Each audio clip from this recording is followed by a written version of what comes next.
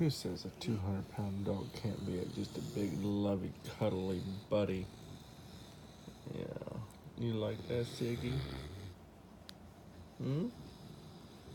Sigmund. What do you think there, big boy?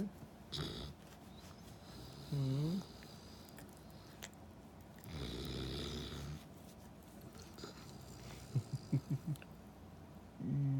Look at those big teeth. It's so fearsome. Actually, it's pretty scary when he acts like he's gonna bite some bad guy at the door, but normally he just snores like a Tyrannosaurus Rex and farts like a blue whale.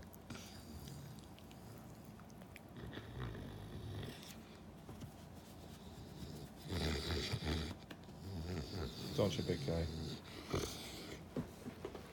Oh, you want more loving, bud?